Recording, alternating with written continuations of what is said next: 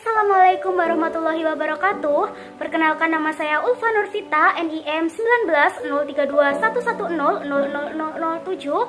Saya dari Program Studi Agribisnis Fakultas Pertanian Universitas Trunojoyo Madura. Pada video kali ini saya akan menjawab tugas ujian tengah semester mata kuliah Ekonomi Bisnis Syariah di kelas A. Pada video kali ini terdapat 5 pokok bahasan. Pokok bahasan yang pertama yaitu perbedaan dan contoh praktik ekonomi konvensional dan ekonomi syariah. Pokok bahasan yang kedua yaitu perbedaan musyarakah dan mudharabah. Pokok bahasan yang ketiga yaitu alur akad wakalah dan hal-hal yang membatalkannya. Yang keempat, alur akad hawalah dan hal-hal yang membatalkannya. Dan pokok bahasan yang kelima yaitu contoh praktik musyakoh di bidang pertanian di masyarakat namun tidak sesuai dengan konsep bisnis syariah. Nah, pada slide ini sebelum saya menjelaskan mengenai perbedaan ekonomi konvensional dan ekonomi syariah, saya akan menjelaskan mengenai pengertian ekonomi konvensional dan ekonomi syariah terlebih dahulu. Ekonomi konvensional merupakan sebuah teori ekonomi yang berkaitan dengan suatu kebebasan dan bergerak ke arah menuju pasar bebas dan sistem ekonominya berpaham perdagangan bebas dalam era globalisasi yang bertujuan untuk menghilangkan kebijakan ekonomi proteksionisme. Nah, sistem ekonomi konvensional di sisi lain tidak dibimbing oleh prinsip agama, namun sistem ini berasal dari teori yang dikembangkan oleh para sarjana barat seperti Adam Smith. Sedangkan untuk ekonomi syariah sendiri merupakan suatu ilmu pengetahuan yang berupaya untuk meninjau, memandang, meneliti, dan menyelesaikan permasalahan-permasalahan ekonomi dengan cara yang islami. Nah, langsung saja kita masuk pada pokok bahasan yang pertama atau soal yang nomor pertama, yaitu mengenai perbedaan ekonomi konvensional dan ekonomi syariah. Berdasarkan sumber utama, ekonomi syariah bersumber pada Al-Quran dan Sunnah Nabi, sedangkan ekonomi konvensional mengacu pada hal-hal yang bersifat positivity. Berdasarkan tujuan, ekonomi syariah yaitu mencapai falah di dunia dan akhirat dan mencapai kesejahteraan dan keadilan bagi rakyat. Sedangkan ekonomi konvensional yaitu semata-mata kesejahteraan duniawi dan mencapai kesejahteraan individu. Berdasarkan kepemilikan ekonomi syariah, sumber kekayaan yang kita miliki adalah titipan Allah Subhanahu wa taala. Sedangkan berdasarkan ekonomi konvensional, setiap pribadi dibebaskan untuk memiliki semua kekayaan yang diperolehnya. Berdasarkan keuntungan, ekonomi syariah adalah bagi hasil atau pengambilan keuntungan dan dari pendapatan. Sedangkan untuk ekonomi konvensional, keuntungan yaitu bunga atau pengambilan keuntungan dari persentase modal. Berdasarkan prinsip, ekonomi syariah berprinsip pada konsep scarcity, sedangkan ekonomi konvensional berprinsip pada goal-oriented disiplin. Nah, pada slide selanjutnya ini yaitu mengenai contoh praktik ekonomi konvensional dan ekonomi syariah. Yang pertama yaitu ekonomi konvensional. Contoh praktiknya yaitu koperasi simpan pinjam. Pada lembaga keuangan ini menawarkan layanan peminjaman dan penyimpanan dana yang ditujukan untuk para anggotanya.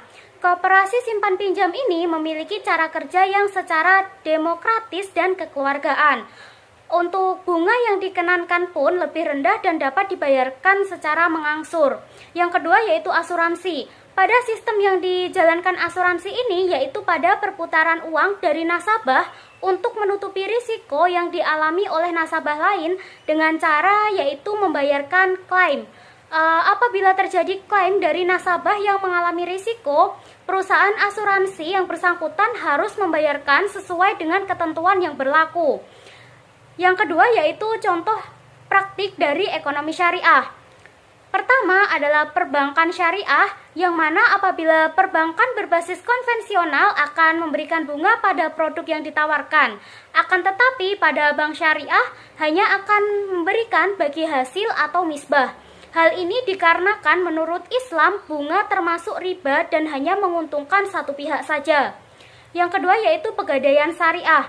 Pada bisnis ini menawarkan jual beli dalam Islam, keuntungan dari proses pegadaian akan diberikan untuk memudahkan nasabah mendaftar haji atau membayar tagihan rutin bulanan. Nah, di slide ini kita masuk pada pokok bahasan yang kedua atau soal yang kedua yaitu mengenai perbedaan musyarakah dan mudharabah dengan diagram akad. Pada slide ini terdapat dua gambar yang menjelaskan terkait dari skema musyarakah dan mudharabah. Di gambar yang pertama yaitu mengenai skema musyarakah. Musyarakah merupakan bentuk kerjasama yang mana kedua belah pihak sebagai pemodal atau juga sebagai pengelola. Nah, pada akad ini para pihak menyertakan modalnya dan menjalankan usaha bersama. Modal dalam hal ini dapat berupa uang, keterampilan, atau pekerjaan. Keuntungan nantinya akan dibagi berdasarkan dengan ketentuan dari perjanjian yang sebelumnya.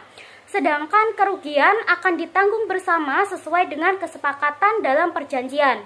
Untuk gambar yang kedua ini adalah mudharabah, di mana mudharabah merupakan bentuk kerjasama berdasarkan prinsip bagi hasil yang dilakukan antara dua atau lebih, yang salah satu atau lebih di antara mereka itu sebagai pemodal atau sohibul mal, yang lainnya sebagai pengelola atau mudorik. Nah, pada akad mudharabah, sohibul mal tidak ikut serta dalam pengelolaan bisnis. Adapun keuntungan dari kerjasama ini dibagi sesuai dengan kesepakatan pada awal perjanjian. Sedangkan untuk kerugian pada akad mudharabah sepenuhnya ditanggung oleh sohibul mal. Selanjutnya kita akan masuk pada pokok bahasan yang ketiga, yaitu mengenai alur akad wakalah dan hal-hal yang membatalkannya. Nah, di sini untuk skema wakalah sendiri dalam hal ini pemberi kuasa dan penerima kuasa ini sama-sama menyetujui akad wakalah, sehingga nanti penerima kuasa sebagai wakil berwenang untuk melaksanakan wakalah dengan mengelola objek yang dikuasakan. Nah, selanjutnya yaitu hal-hal yang membatalkan akad wakalah. Yang pertama yaitu meninggalnya salah satu pihak baik mewakil atau wakil. Nah, yang kedua, salah satu pihak baik mewakil atau wakil gila. Yang ketiga, wakil mengundurkan diri dengan syarat sepengetahuan mewakil.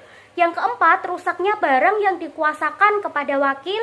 Yang kelima, diputusnya akad wakalah. Yang keenam, hilangnya kekuasaan atau hak pemberi kuasa atas suatu objek. Dan yang ketujuh, pelaksanaan wakalah selesai atau dihentikan dari pekerjaan. Pada slide ini kita akan masuk pada pokok bahasan yang keempat atau soal yang keempat, yaitu mengenai alur akad hawalah dan hal-hal yang membatalkannya. Yang pertama, alur akad hawalah ini dapat dilihat pada slide ini merupakan skema dari hawalah. Di sini muhil adalah orang yang berhutang kepada muhal melalui muhal alai atau bank. Dalam hal ini nantinya muhal alai ini berperan sebagai perantara yang menghimpun dana dari muhal untuk disalurkan atau dipinjamkan kepada muhil. Nah, sebagai feedbacknya nanti muhil akan membayar tagihan hutang kepada muhal alai dan muhal alai ini akan membayar jasa kepada muhal. Nah, selanjutnya adalah hal-hal yang membatalkan akad hawalah. Yang pertama, salah satu pihak sedang melakukan akad itu atau memfaks atau membatalkan akad hawalah sebelum akad itu berlaku secara tetap. Yang kedua yaitu pihak ketiga melunasi utang yang dialihkan itu kepada pihak kedua. Dan yang ketiga, apabila pihak kedua wafat sedangkan pihak ketiga merupakan ahli waris yang mewarisi harta pihak kedua. Yang keempat, pihak kedua menghibahkan atau menyedekahkan harta yang merupakan hutang dalam akad hiwalah itu kepada pihak ketiga. Yang kelima, pihak kedua membebaskan pihak ketiga dari kewajibannya untuk membayar hutang yang dialihkan. Dan yang keenam atau yang terakhir ini adalah hak pihak kedua menurut ulama Hanafi tidak dapat dipenuhi karena at-tawa atau yang disebut dengan pihak ketiga mengalami muflis atau bangkrut. Nah, atau wafat dalam keadaan muflis atau dalam keadaan tidak ada bukti kuat tentang akad hiwalah. Pihak ketiga mengingkari akad tersebut. Nah, selanjutnya kita akan masuk pada pokok bahasan yang kelima atau soal yang kelima, yaitu contoh praktik musyakoh di bidang pertanian di masyarakat namun tidak sesuai dengan konsep bisnis syariah. Nah, contoh praktik musyakoh di bidang pertanian yang tidak sesuai dengan prinsip bisnis syariah dapat dicontohkan pada studi kasus mengenai praktik gadai tanah pertanian di Nagori Badar Rakyat, Kecamatan Rakyat, Kabupaten Simalungun. di mana praktek gadai tanah ini yang dilakukan di daerah tersebut tidak sesuai dengan prinsip syariah yang telah dijelaskan. Di mana hal tersebut dikarenakan terdapat salah satu pihak yang dirugikan sebab akad yang dilakukan hanya untuk mencari keuntungan saja. Dengan memberikan sejumlah uang, murtahin dapat atau mendapatkan dua keuntungan, di mana keuntungan yang pertama ini adalah keuntungan dari hasil pemanfaatan jaminan lahan tanah pertanian, dan keuntungan yang kedua yaitu hutang dari rahin. Hal tersebut dapat terjadi karena masyarakat tidak memiliki hukum Islam dengan baik. Selain itu, minimnya bermuamalah secara Islam membuat masyarakat tidak tahu dampak yang dilakukan, sehingga masyarakat melakukan praktik gadai tanah pertanian menurut kebiasaan yang ada tanpa memperhatikan risiko atau kesalahan yang terjadi ke depannya. Sekian materi yang dapat saya sampaikan. Ada kurang lebihnya atau ada kesalahan kata dalam penjelasan kalimat, saya mohon maaf yang sebesar-besarnya. Wassalamualaikum warahmatullahi wabarakatuh.